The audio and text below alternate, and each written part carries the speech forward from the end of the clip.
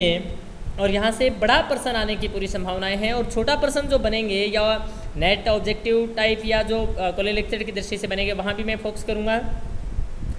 संपत्ति का जो साम्यवाद है उसका मुख्य उद्देश्य था कि निजी संपत्ति का उन्मूलन करना और इसी के लिए इन्होंने संपत्ति संबंधी साम्यवाद दिया। और जैसा कि हम सब जानते हैं कि जब व्यक्ति के पास संपत्ति होती है, धन होता है, उसके पास आर्थिक शक्ति होती है, विशेषणा होती है, तो व्यक्ति कहीं ना कहीं लालची, स्वार्थी, कर्तव्य विमुख हो जाता है। और इसी चीज़ को ध्यान में रख करके प्लेटो ने संपत्ति संबंधी साम्यवाद दिया। यहाँ मैं मेन बातों को कवर करना चाहूँगा। उन्होंने संपत्ति संबंधी साम्यवाद क्यों दिया, क्या कारण थे, क्या उसके पक्ष में तर्क हैं, क्या विपक्ष में तर्क हैं, मूल्यांकन क्या है, कैसे प्रश्न बनेंगे, इन पे अपनी चर्चा करेंगे।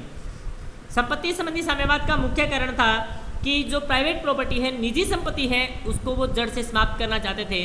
क्योंकि जो निजी संपत्ति है वो व्यक्ति को ईर्ष्यालु बना देती है, झगड़ालू बना देती है, लालची बना देती है और व्यक्ति इन सब चीज़ों में पड़ के वो अपने कर्तव्य से विमुख हो जाता है। दूसरा कारण था आर्थिक जो क्षेत्र है, इकोनॉमिक जो जोन है, उसको वो राज्य के अधीन रखना चाहते थे। और इनका मुख्य कोटेशन थी कि राज्य में ना तो कोई इतना धनवान हो कि किसी को खरीद सके और ना इतना कोई गरीब हो कि किसी को बेच सके। अगला उनका कारण था कि जो प्रोडक्शन है वो इंडिविजुअल होना चाहिए। जैसे पाइथागोरस की इनका कथन था कि जो मित्रों की संपत्ति है उस पर सभी का समान प्रकार से अधिकार होता है। उसी बात को इन्होंने यहाँ कहा है कि प्रोडक्शन विल बी इंडिविजुअली, उसका उत्पादन तो व्यक्तिगत होना चाहिए लेकिन इसका जो कंज्यूम है वो कलेक्टिवली होना चाहिए, सामूहिक रूप से होना चाहिए। उत्पादक वर्ग है, बहुत महत्वपूर्ण प्रश्न बनता है यहाँ कि जो संपत्ति का साम्यवाद है, प्लेटो का जो साम्यवाद है वो सारे वर्गों पे लागू नहीं होता है, वो केवल उत्पादक वर्ग पे लागू होता है। उत्पादक वर्ग है उस पर लागू नहीं होता है, केवल अभिभावक वर्ग पे लागू होता है। यहाँ प्रश्न ऐसा भी बन सकता है कि प्लेटो क्या उत्पादक वर्ग को संपत्ति रखने के लिए सहमति देता है, अनुमति देता है? तो यस। किसको नहीं देता है? अभिभावक वर्ग। अभिभावक वर्ग में कौन शामिल है? सैनिक, शासक। तो वेरी इंपॉर्टेंट, यहाँ प्रोड्यूसर जो वर्ग है, उत्पादक वर्ग जो है वो संपत्ति रखेगा। ऐसा भी आ सकता है नियमन को गलत कथन कौन सा है, तो आपको याद रखना है। आप समझेंगे कि प्लेटो आते ही संपत्ति हटा ही देंगे, ऐसा नहीं है। प्लेटो उत्पादक वर्ग को संपत्ति रखने की अनुमति देता है। इसीलिए प्लेटो के साम्यवाद को अर्ध साम्यवाद भी कहा जाता है। वेरी इंपॉर्टेंट, जब हम पढ़ेंगे आज के और प्लेटो के साम्यवाद में अंतर, तो ये जो महत्वपूर्ण प्रश्न है कि प्लेटो का जो साम्यवाद था उसका मुख्य उद्देश्य था पॉलिटिकल, राजनीतिक। जैसा कि सेबाइन कहते भी हैं कि जो प्लेटो का साम्यवाद है वो राजनीतिक कारणों से दिया गया है या राजनीति के कारण दिया गया है। या राजनीति का मतलब ये नहीं था कि गंदी राजनीति आज की तरह है, वहाँ राजनीति का अर्थ था सिटी स्टेट पोलिस, जो नगर राज्य थे उनके अंदर एक गुड लाइफ किस प्रकार से जी जाए।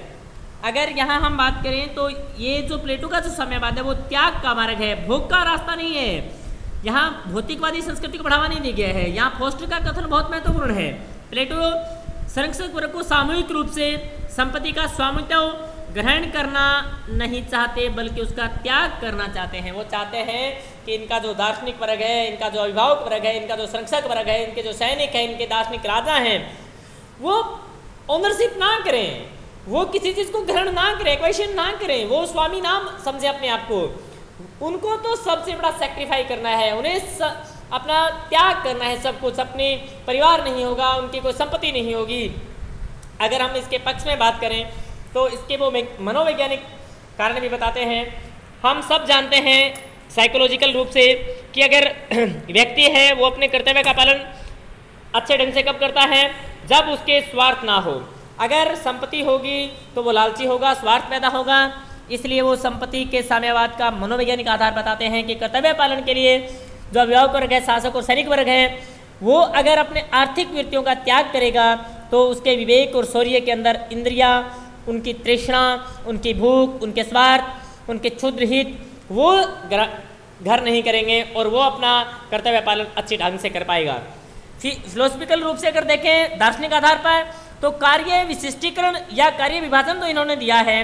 कहीं ना कहीं व्यक्ति है वो संपत्ति के कारण सांसारिक मोह में, लालच में आ जाता है और वो शासन में बाधा डालती हैं। धन ऐसा है जो व्यक्ति का मन भी गवा देता है, इसलिए धन को मन से अलग रखा है इन्होंने। नैतिक, वेरी इंपॉर्टेंट, नैतिक आधार पर यहाँ प्रश्न पूरा आएगा कि जो प्लेटो का मुख्य उद्देश्य था वो आदर्श राज्य की स्थापना करना था, और आदर्श राज्य के अंदर न्याय युक्त आदर्श राज्य।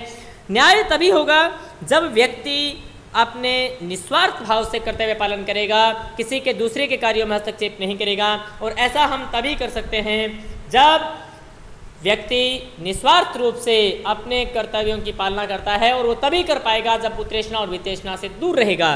वेरी इंपॉर्टेंट, यहाँ प्रश्न बन सकता है कि प्लेटो का जो साम्यवाद है वो न्याय का कारण है या परिणाम। वेरी इंपॉर्टेंट, नेट में 2-3 बार पूछा गया है कथन कारण में, तो वो न्याय सिद्धांत का परिणाम है, न कि कारण। काफ़ी मेरे मित्र मानते हैं कि ये कारण है, नहीं, ये इसका परिणाम है। इसका व्यवहारिक कारण भी दिया है कि राजनीतिक और आर्थिक शक्ति अगर एक ही हाथ में आ जाएंगी तो उससे बहुत भयानक परिणाम निकलेंगे, विनाशकारी परिणाम निकलेंगे, इसलिए इन्होंने दूर दूर रखा। राजनीतिक कारण मैं आपको बता चुका हूँ। सेबाइन जब कहते हैं प्लेटो के साम्यवाद का एक मुख्य उद्देश्य था पॉलिटिकल, वो चाहते थे वो जो पोलिस स्टेट थे उनकी जो समस्याएं थी, दिन प्रतिदिन की जो समस्याएं थी, उसका एक मुख्य कारण यही था कि जो राजा थे वो या तो भ्रष्ट हो गए थे, या जो भ्रष्ट लोग थे वो राजा बन गए थे, और उसका मुख्य कारण यही था कि उनके पास आर्थिक और राजनीतिक शक्ति एक ही हाथ में नहीं थी। प्लेटो ने चाहा कि इन समस्याओं का समाधान तभी हो सकता है जब एक दार्शनिक वर्ग बिना किसी संपत्ति के, बिना किसी स्वार्थ भावना के शासन करें। इसीलिए पद लोलुपता, प्रतिस्पर्धा, इन सब भावनाओं का अगर विलोपन हो जाए, ये राज्य से नष्ट हो जाएं, अगर संपत्ति नहीं रहेगी दार्शनिक अभिभावक संरक्षक वर्ग के हाथ में, तो वो निस्वार्थ भाव से काम करेगा। इस प्रकार से उन्होंने पॉलिटिकल बेस के आधार पर अपने